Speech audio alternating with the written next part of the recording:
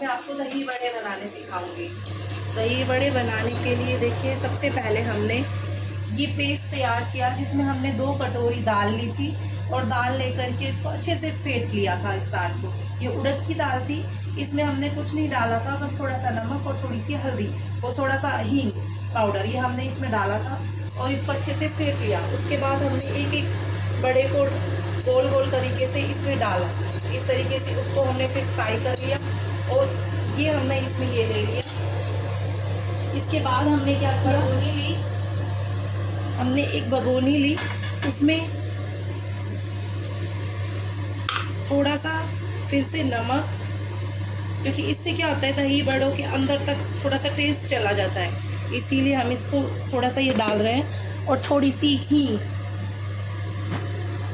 हल्की सी हींग, ये हमने इसमें डाल दी।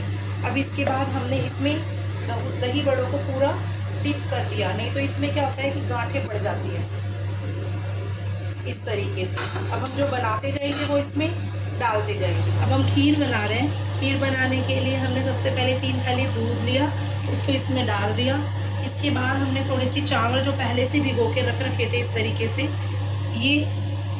ये हम इसको इसमें डालेंगे। राधे राधे मित्रों, फिर से मैं श्राद्ध का खाना बना रही हूँ। श्राद्ध पक्ष हम क्यों मनाते हैं?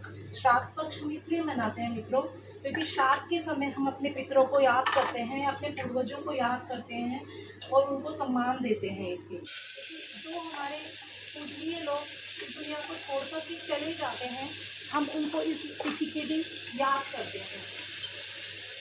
माता पिता जो होते हैं उनका हमारे जीवन में एक महत्वपूर्ण योगदान होता है, क्योंकि इस संसार में माता पिता से ज़्यादा हमें कोई भी प्रेम नहीं कर सकता। ये हमेशा याद रखना मित्रों, क्योंकि जो माता पिता होते हैं वो हमारे लिए इस जीवन में सर्वश्रेष्ठ होते हैं, और अगर वो हमें किसी बात के लिए डांटते भी हैं तो हमसे प्रेम भी वो उतना ही करते हैं।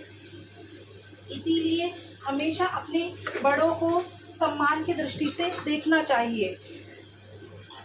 आजकल मैं क्या देखती हूँ कि आजकल मैं ये देखती हूँ कि प्रत्येक व्यक्ति इतना स्वार्थी हो गया है कि वो अगर कुछ चीज़ अपने जीवन में नहीं पा पाता है तो वो अपने माता पिता को इस चीज़ के लिए दोषी मान लेता है, और जब उसका मन करता है वो उसके लिए उन्हें सुना देता है।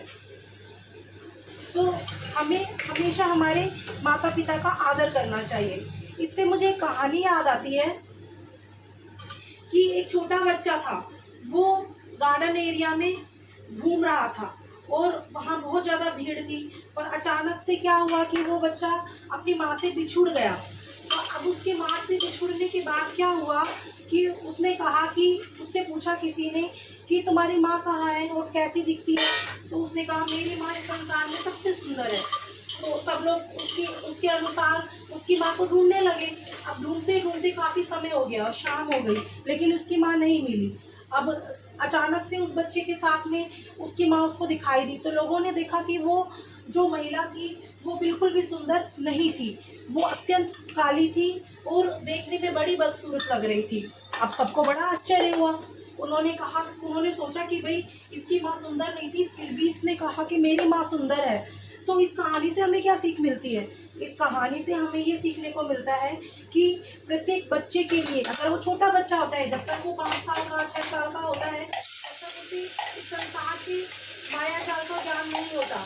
तो वो क्या सोचता है कि मेरी माँ जो है वो संसार में सबसे सुंदर है। वो उसका आंचल पकड़ के चलता है, उसके आंचल की छाँव में ही वो अपने आप को बड़ा करता है और अपने आप को अपनी माँ से ही प्रोटेक्ट कराता है, क्योंकि उसे सबसे पहले अगर कोई तकलीफ होती है तो हमारे मुख से भी यही निकलता है माँ।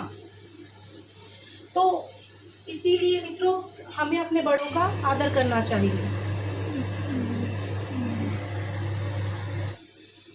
हाँ, तो मित्रों हम बात कर रहे थे माँ के ऊपर। तो माँ जो होती है वो फिर संसार की सर्वश्रेष्ठ होती है। सर्वश्रेष्ठ कृति अर्थात संसार की सर्वश्रेष्ठ रचना।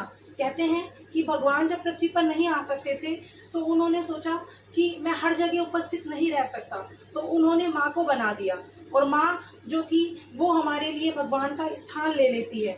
और हमें हर जो परेशानी होती है उससे बड़े आसानी से निकाल लेती है, क्योंकि माँ एक ऐसी होती है जो हमारी सारी मुसीबतों को अपने ऊपर ले सकती है और लेना चाहती है, जबकि हम हर किसी के लिए वो चीज़ नहीं ले सकते हैं।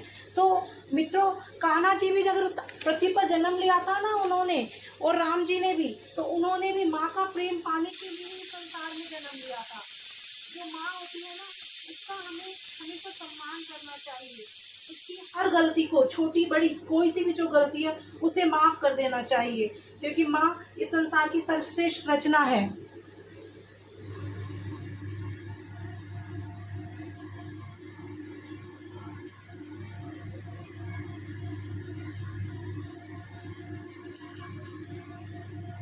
ये देखिए हमारी थाली बनकर तैयार है श्राद्ध की, जिसमें हमने इतनी सारी चीज़ें बनाई हैं।